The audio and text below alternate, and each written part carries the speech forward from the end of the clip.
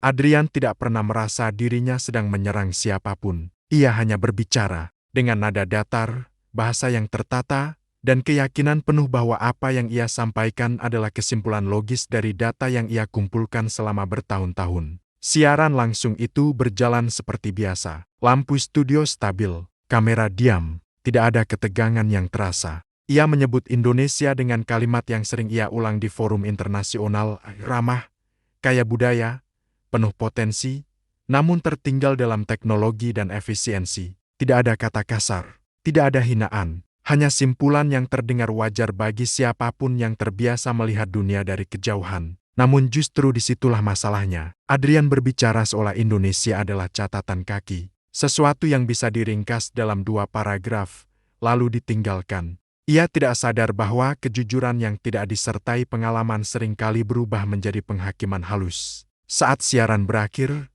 ia tersenyum kecil, profesional, yakin. Ia mengira topik itu akan tenggelam seperti ratusan opini lain. Beberapa jam kemudian, potongan videonya beredar, diputar ulang tanpa konteks. Kalimatnya terdengar lebih dingin, lebih tajam, bukan karena ia bermaksud demikian, tapi karena jarak emosionalnya kini terlihat jelas. Komentar berdatangan, bukan makian, melainkan pertanyaan-pertanyaan yang membuat tidak nyaman. Sudah pernah ke sana, bicara dari data, atau dari pengalaman? Di ruang kerja yang mulai sepi, Adrian memutar ulang rekamannya sendiri. Kali ini tanpa kesombongan profesional. Ia mendengar seseorang yang terlalu percaya pada narasi lama. Bukan jurnalis yang mencari kebenaran, melainkan analis yang lupa melihat manusia. Untuk pertama kalinya, ia merasa tidak diserang, tapi dipanggil. Dipanggil untuk datang langsung. Karena mungkin, pikirnya, ada perbedaan besar antara berbicara jujur dan memahami sepenuhnya apa yang sedang dibicarakan. Usulan Adrian membuat ruang rapat mendadak sunyi. Ia ingin ke Indonesia, bukan untuk liputan budaya, bukan untuk proyek ringan yang mudah dijual. Ia ingin melihat sendiri, dengan mata, dengan langkah kaki, dengan percakapan langsung, apa yang selama ini ia simpulkan dari kejauhan. Beberapa produser saling bertukar pandang. Topik itu dianggap aman, bahkan membosankan. Indonesia, menurut mereka, sudah selesai dibicarakan. Tidak ada konflik besar, tidak ada drama geopolitik, tidak ada angka fantastis yang bisa dijadikan judul. Lian adalah orang pertama yang berbicara. Dengan nada tenang, ia mengingatkan soal anggaran, waktu, dan risiko narasi. Bagaimana kalau kenyataannya tidak sesuai dengan yang kita duga? Tanyanya. Adrian justru mengangguk pelan. Justru itu, jawabnya singkat. Bagi redaksi, keputusan ini terasa tidak efisien. Seorang jurnalis senior, dengan reputasi mapan, memilih turun ke lapangan hanya untuk memeriksa ulang asumsi. Tidak ada jaminan viral, tidak ada kepastian bahwa hasilnya akan memperkuat narasi lama. Namun bagi Adrian, ini bukan soal liputan, ini soal integritas. Ia merasa ada sesuatu yang belum ia bayar lunas sebagai jurnalis, keberanian untuk meragukan kesimpulannya sendiri. Tiket akhirnya dipesan, agenda dibuat sederhana, tidak ada sorotan berlebihan. Perjalanan ini nyaris terasa seperti perjalanan pribadi yang kebetulan disetujui kantor. Di pesawat, Adrian membuka kembali catatan lamanya. Data rapi, grafik meyakinkan, tapi semuanya terasa kering. Ia menutup laptop dan menatap keluar jendela. Untuk pertama kalinya setelah bertahun-tahun, ia tidak membawa jawaban, hanya pertanyaan. Dan mungkin, pikirnya, jurnalisme memang seharusnya dimulai dari sana. Hari pertama di Indonesia tidak datang dengan kejutan besar. Tidak ada kekacauan yang bisa dijadikan catatan penting. Tidak ada pemandangan ekstrem yang mengonfirmasi dugaan lama. Justru ketenangan itulah yang perlahan mengganggu keyakinan Adrian. Bandara bekerja sebagaimana mestinya. Alur kedatangan jelas. Petugas bergerak efisien tanpa sikap berlebihan. Adrian memperhatikan wajah-wajah di sekitarnya.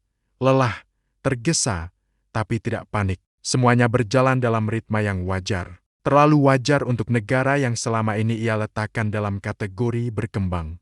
Perjalanan menuju kota tidak memunculkan cerita dramatis. Jalan tol rapi, sistem pembayaran teratur. Kendaraan mengalir dengan kesabaran yang tidak ia perkirakan. Adrian mencatat semua itu tanpa emosi. Ia tidak ingin terjebak pada kesan awal. Namun di balik kebiasaannya menunda penilaian, ada satu pertanyaan kecil yang mulai mengganggu.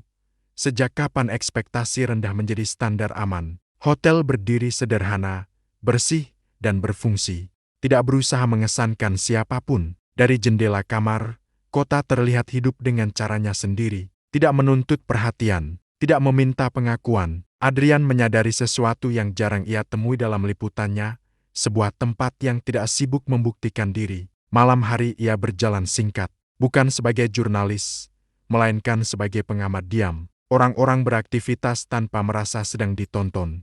Tidak ada gestur yang dibuat untuk kamera. Kehidupan berlangsung apa adanya. Ia kembali ke kamar dengan pikiran yang belum berubah, tapi tidak lagi sepenuhnya utuh. Keyakinannya masih berdiri, namun kini terasa sedikit goyah. Bukan karena fakta baru, melainkan karena tidak adanya bukti yang selama ini ia cari. Dan terkadang, ketiadaan justru lebih keras daripada bantahan. Dompet itu hilang tanpa drama. Tidak ada desakan, tidak ada keramaian. Hanya satu momen lengah di bangku taman, saat Adrian terlalu sibuk mengamati kota dan lupa mengamankan barangnya sendiri. Ketika ia sadar, semuanya sudah terlambat. Refleks selamanya segera bekerja. Ia menilai situasi dengan logika dingin, anggap hilang, terima sebagai konsekuensi. Ia tidak marah, hanya sedikit jengkel pada dirinya sendiri. Dalam pikirannya, ini hanyalah catatan kecil tentang risiko berada di tempat asing. Beberapa jam kemudian, ponselnya bergetar. Seseorang menemukan dompet itu, lengkap, tidak berkurang, tidak rusak. Adrian terdiam lebih lama dari yang ia perkirakan, bukan karena bahagia, tapi karena terganggu. Peristiwa ini terlalu sederhana untuk dianggap luar biasa, namun terlalu rapi untuk diabaikan. Ia menerima kembali dompet itu dengan ucapan terima kasih singkat. Orang yang mengembalikannya tidak menunggu pujian, tidak meminta imbalan, tidak meninggalkan pesan moral. Ia pergi begitu saja, seolah perbuatannya adalah hal yang seharusnya dilakukan. Di malam hari, Adrian duduk sendiri, menimbang kejadian itu. Ia mencoba menempatkannya sebagai kebetulan, satu titik kecil yang tidak mewakili keseluruhan. Namun pikirannya menolak tenang, karena narasi besar sering runtuh bukan oleh kejadian luar biasa, melainkan oleh hal-hal kecil yang konsisten. Dompet itu bukan tentang uang atau dokumen. Ia adalah retakan kedua, bukan pada pandangan Adrian tentang Indonesia, melainkan pada cara ia menyederhanakan sebuah masyarakat. Ia mulai memahami bahwa ada budaya yang tidak sibuk menjelaskan dirinya, tapi tetap bekerja dalam diam. Dan diam itu, untuk pertama kalinya, terasa lebih keras daripada semua opini yang pernah ia ucapkan. Kunjungan ke Garuda Teknologi Nusantara tidak dimulai dengan rasa kagum. Adrian datang dengan sikap profesional yang dingin, siap mencatat, siap meragukan. Gedungnya modern, tapi itu bukan hal yang mengejutkan. Banyak negara berkembang memiliki bangunan megah.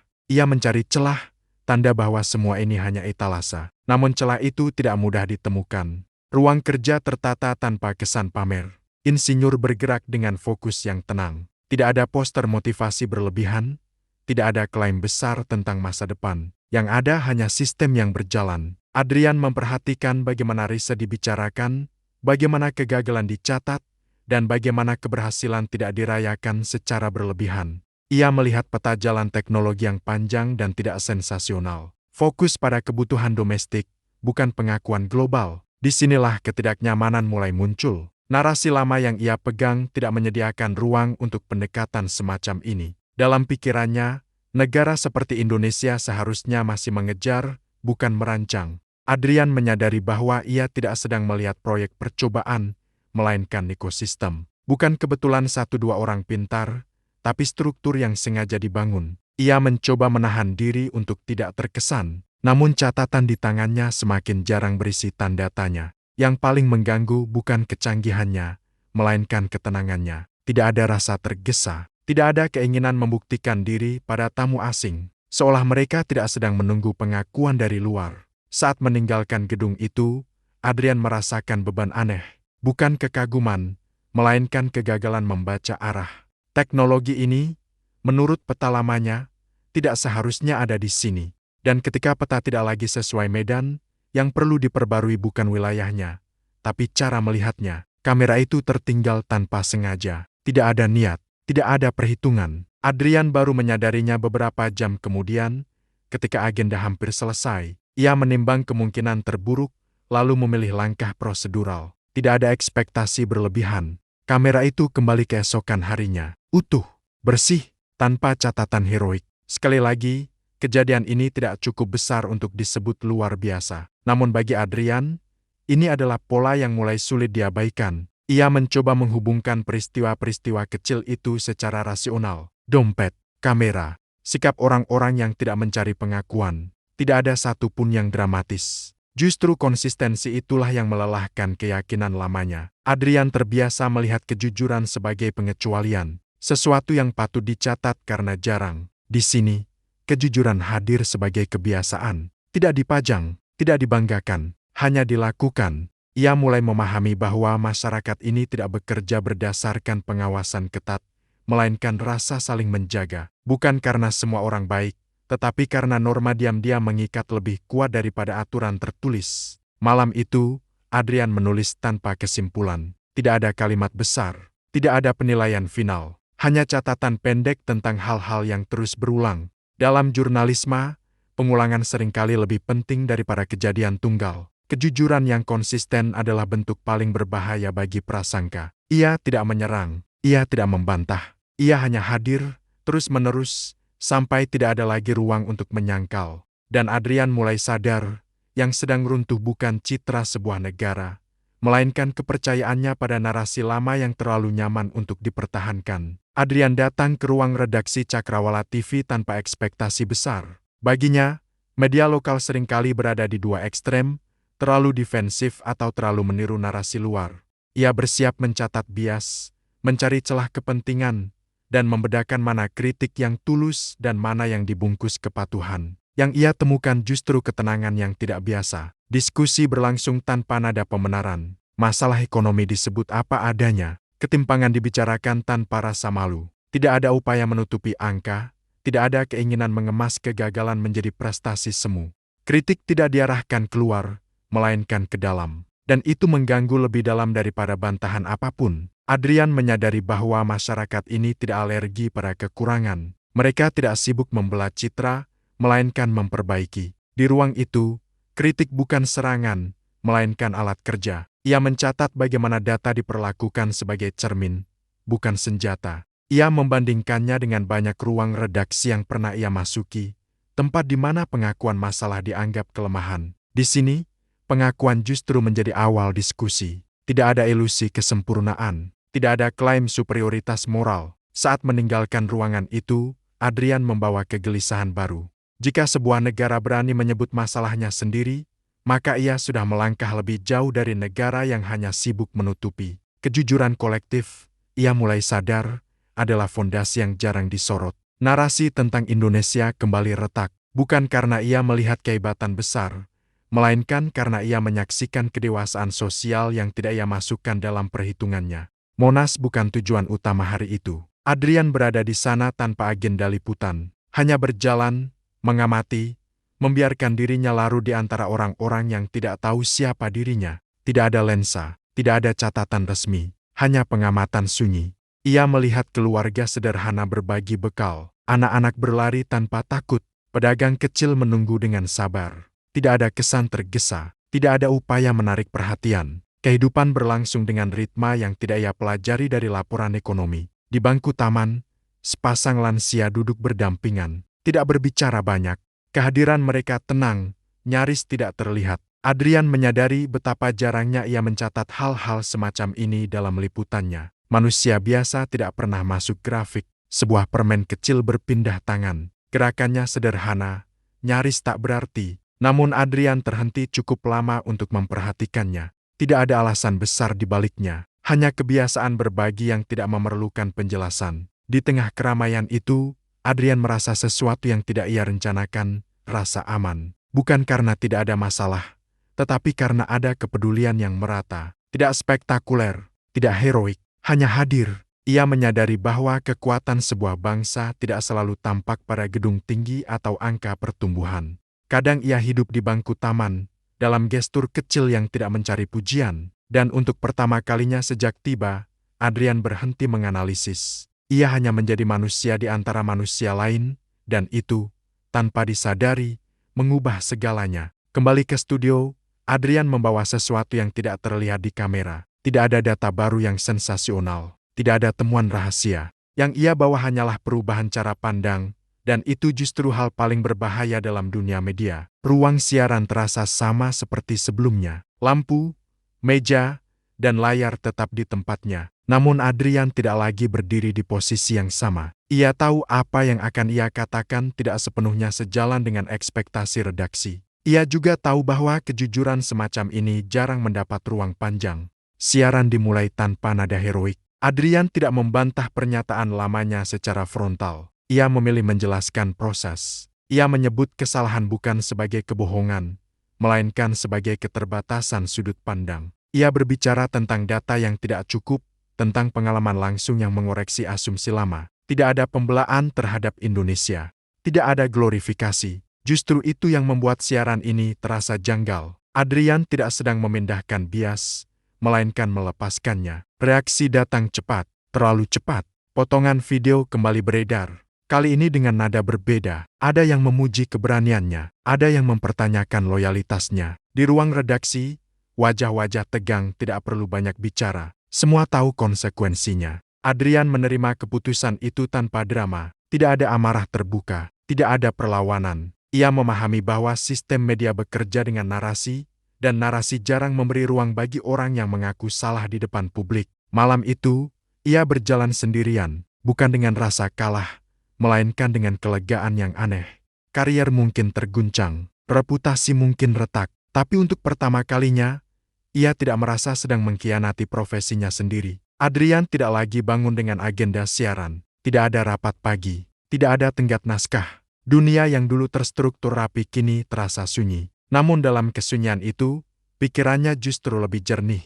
Ia menyimpan sebuah benda kecil di sakunya, gantungan kunci sederhana yang ia beli tanpa rencana. Bukan souvenir istimewa, hanya pengingat tentang kota yang tidak ia fahami sepenuhnya, tapi berhasil mengajarkannya sesuatu yang tidak pernah ia pelajari di ruang redaksi. Ia meninjau kembali catatan perjalanannya, bukan untuk membuktikan siapa benar dan siapa salah, melainkan untuk memahami proses berubah.